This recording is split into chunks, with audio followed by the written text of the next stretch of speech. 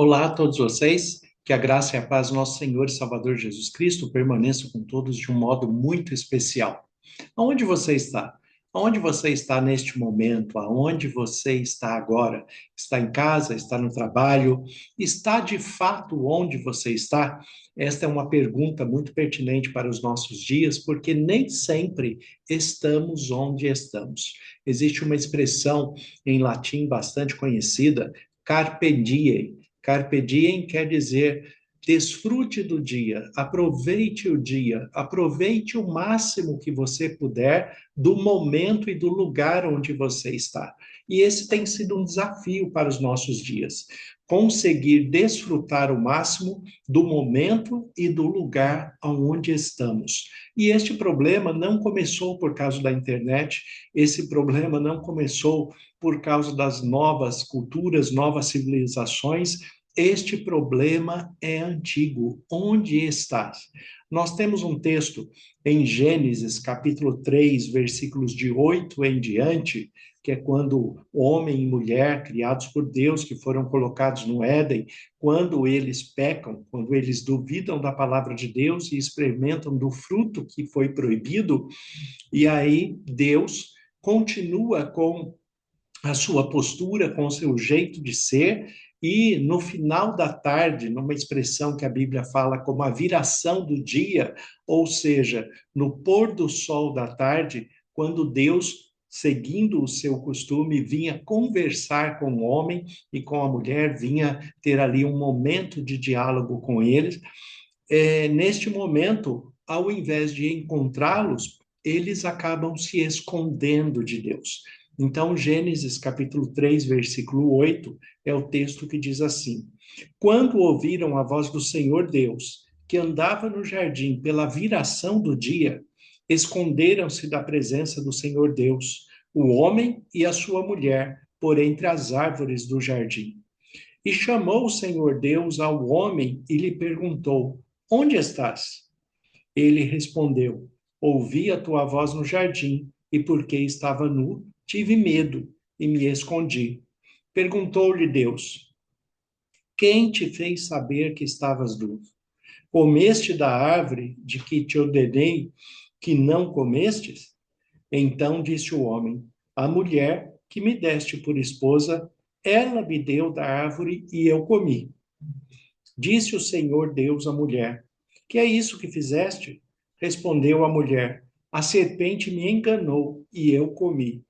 Então o Senhor Deus disse à serpente: Visto que isto fizeste, malditas és entre todos os animais domésticos e o és entre todos os animais selváticos. Rastejarás sobre o seu ventre e comerás pó todos os dias da sua vida. Porém, inimizade entre ti e a mulher, entre a tua descendência e o seu descendente. Este te ferirá a cabeça e tu lhe ferirás o calcanhar. Hoje, nós temos um problema parecido, né? Deus buscando a cada um de nós, perguntando onde está, aonde você está. E ao invés de nos aproximarmos de Deus, muitas pessoas têm se escondido de Deus, mas Deus não desiste, ele continua buscando, ele continua indo atrás e perguntando: onde você está? Mesmo quando as pessoas vão à igreja, independente da sua denominação, do seu vínculo religioso, quando as pessoas vão à igreja, muitas vezes elas estão ali, como se diz, de corpo presente, mas o seu espírito, as suas emoções, os seus sentimentos, a sua atenção, o seu ouvido não está naquele lugar.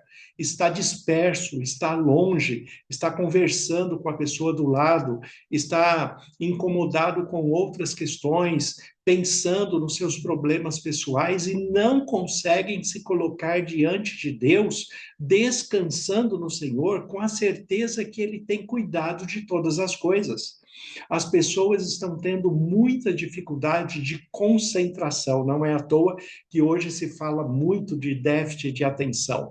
O TDAH está aí como classificação para todo mundo, mas a classificação, o diagnóstico, ele não é para gerar conforto, ele é para apontar o problema e gerar correção. Um grande problema das pessoas hoje, nos nossos dias, é receberem um diagnóstico e se conformarem com esse diagnóstico que estão recebendo. Ah, eu sou assim mesmo porque eu tenho TDAH. Eu sou assim mesmo porque eu não consigo me concentrar. Eu sou assim mesmo porque eu sou disperso. Eu sou assim mesmo porque eu sou criança, é imaturo. Né? Então, as pessoas vão arrumando desculpas para os seus diagnósticos. E o diagnóstico não é para isso. Quando você vai ao médico e o médico pede exames, quando ele te dá um diagnóstico, o diagnóstico é para que haja tratamento, não é para você se conformar com algo que seja incurável.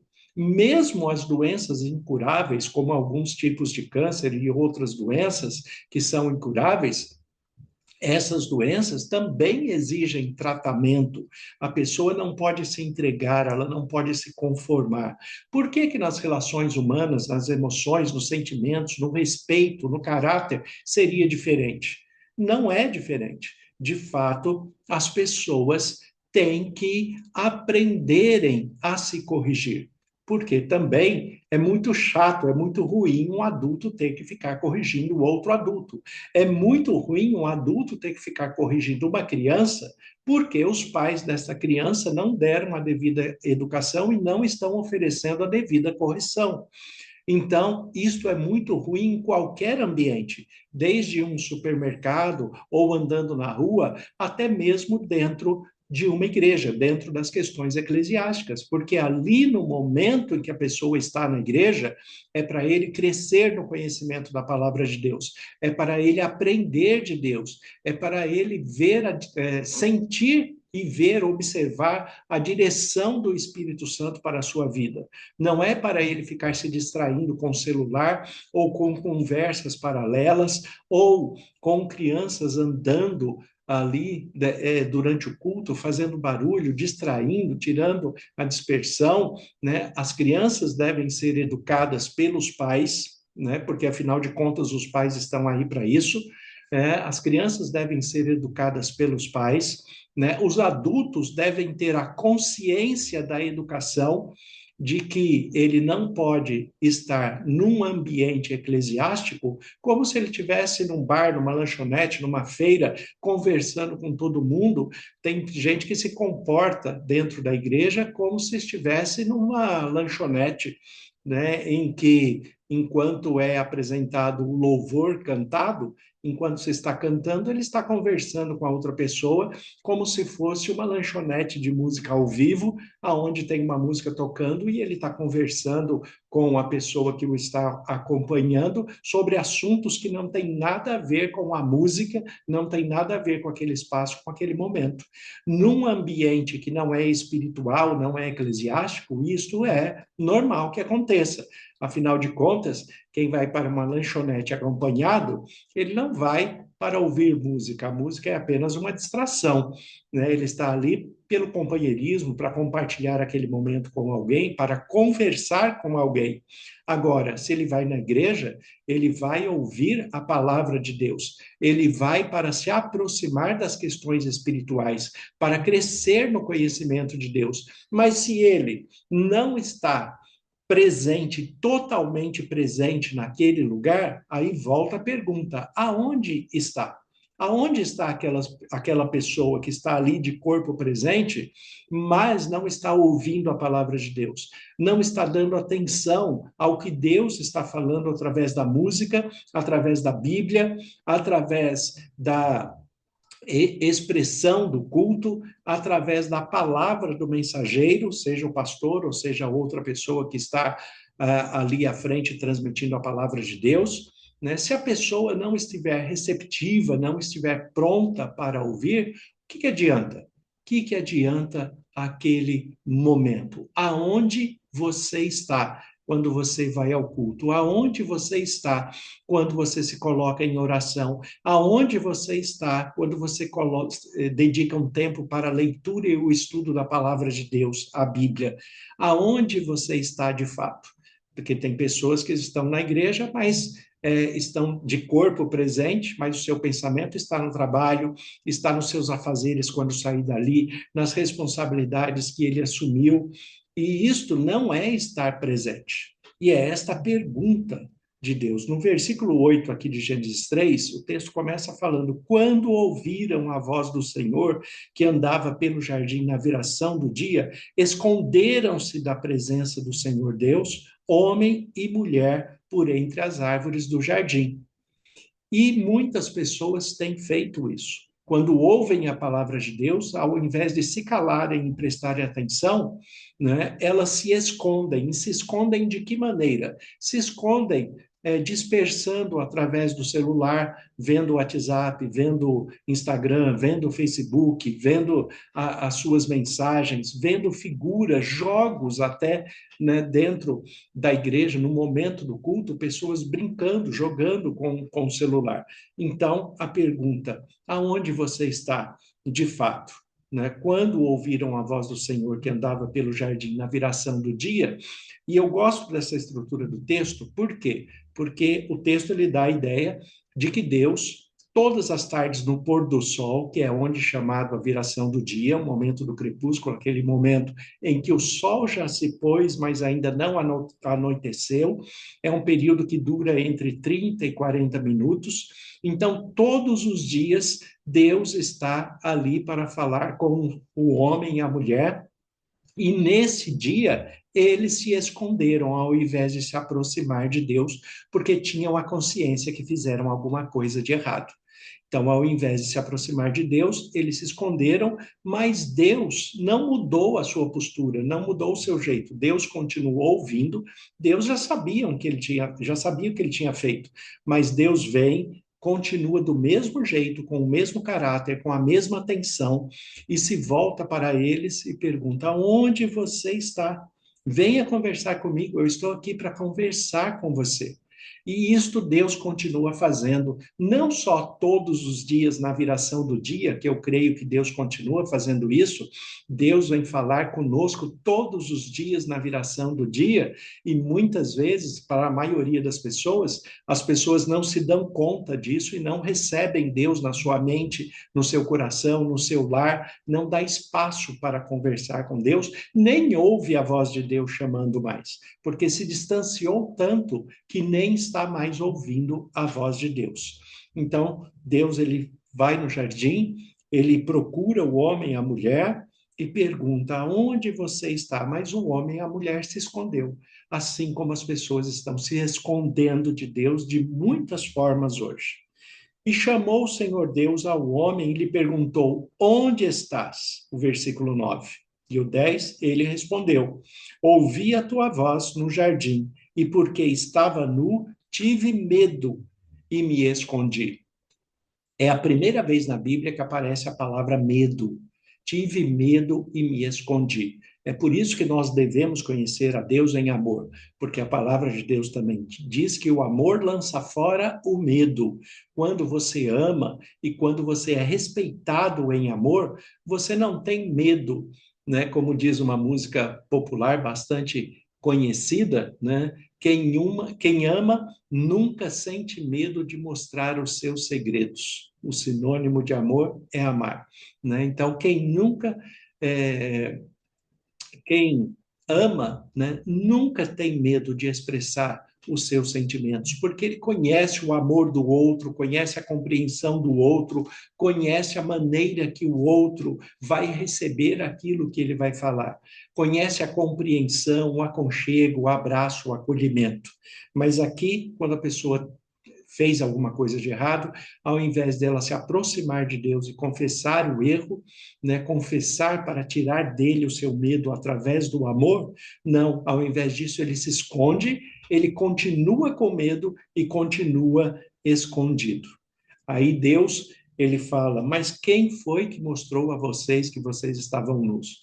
Deus já falou assim porque já sabia que eles tinham comido do fruto. Então, por acaso vocês comeram do fruto que eu falei para vocês não comerem? E aí começa um jogo de acusações. O homem acusa a mulher acusa a serpente, né? Deus ele acaba trazendo um juízo sobre todos ali, sobre a serpente, sobre o homem, sobre a mulher. O homem vai ter que trabalhar pelo seu próprio sustento, a mulher vai sofrer dores de parto, a serpente, que representa Satanás, se torna inimigo de todos, né? Então, nós até hoje sofremos as consequências. E a pergunta continua: aonde você está? Esteja de fato no lugar aonde você estiver, quando estiver. Se você está com seu cônjuge, com seu marido, com a sua mulher, esteja entre os dois, né? Olhando nos olhos um do outro, conversando, sorrindo, abraçando, brincando, compartilhando a vida. Esteja com seus filhos, esteja no seu trabalho, esteja na igreja diante de Deus, ouvindo a palavra de Deus, esteja nesse momento ouvindo esta mensagem e deixe que o Espírito Santo fale com você. Não disperse a sua atenção, os seus sentimentos, não negocie os seus princípios, os seus valores. Deixe Deus cuidar de você de uma forma muito especial. Não faça Deus ficar perguntando: aonde você está?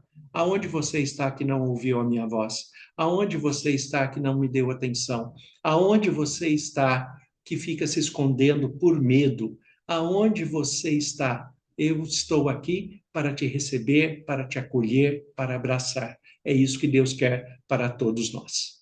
Senhor, nosso Deus e Pai, nós te agradecemos pela tua palavra que é viva e eficaz. Como ministro do Evangelho, em nome de Jesus, eu peço as tuas bênçãos sobre todos os que estão acompanhando essa mensagem, que nós possamos nos fazer presente na tua presença, Pai, ser guiados pelo teu Espírito Santo, ser a cada dia mais semelhantes ao teu Filho Jesus Cristo. Que o teu Espírito Santo nos conceda os frutos do Espírito, o amor, a paz, a paciência, a mansidão, longanimidade, benignidade, domínio próprio, alegria, porque contra essas coisas não há lei, Pai. Nós sabemos que o Senhor quer o que há de melhor para nós. Então, nos faça íntegros e nos ensine a remir o tempo, a aproveitá-lo da melhor maneira possível, para que nós vivamos de fato segundo as bênçãos e a vontade do Senhor, que é sempre boa, agradável e perfeita. Que o Senhor nos conceda da tua paz, que estejamos sensíveis à tua voz e sejamos dirigidos pelo teu Espírito Santo, em nome de Jesus. Amém. Que Deus abençoe a todos. Tenha um excelente dia, em nome de Jesus.